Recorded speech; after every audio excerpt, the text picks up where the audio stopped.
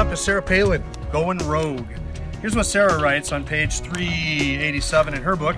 The National GOP gambled away the progress of the Reagan years. Perhaps they meant well, but it looked to me as if they thought they could achieve a permanent majority by compromising their principles. In the end, they lost both.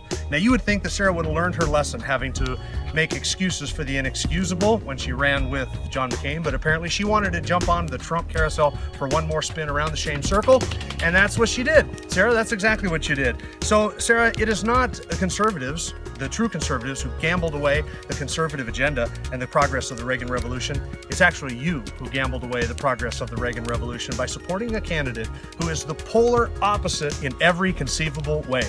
Look, Sarah, I can see all the principles that you abandoned from my house, and for that, you get the FoxFire. 3 times, in fact. The next book we have by Sarah is America by Heart.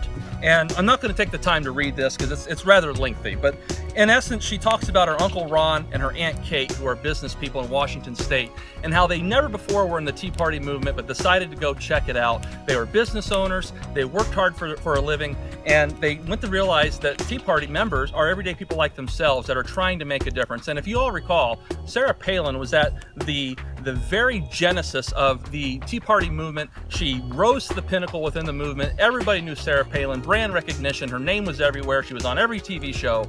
And that's great. At the time, she was a patriot and fighting for our principles. And as a member of the Tea Party myself, I looked up and respected what she did and all the trouble she went through with her family on media, and how the media just blackballed her at every chance and every turn that they could.